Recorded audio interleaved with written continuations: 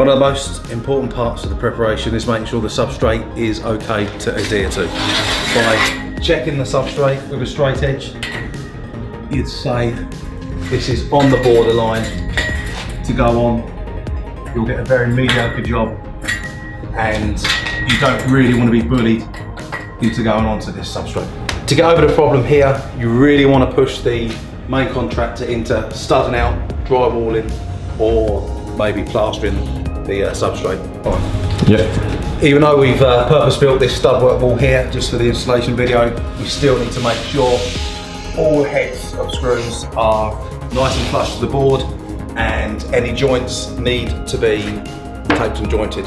That's down to the main contractor's specification.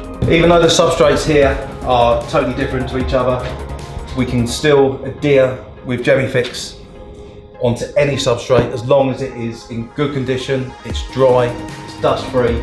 It's a bit thicker onto the panel for this wall after a bit of rubbing down with a carbureted stone, and then you could come back to what we're doing on the film where you actually use a smaller tooth trowel to stick onto this drywall.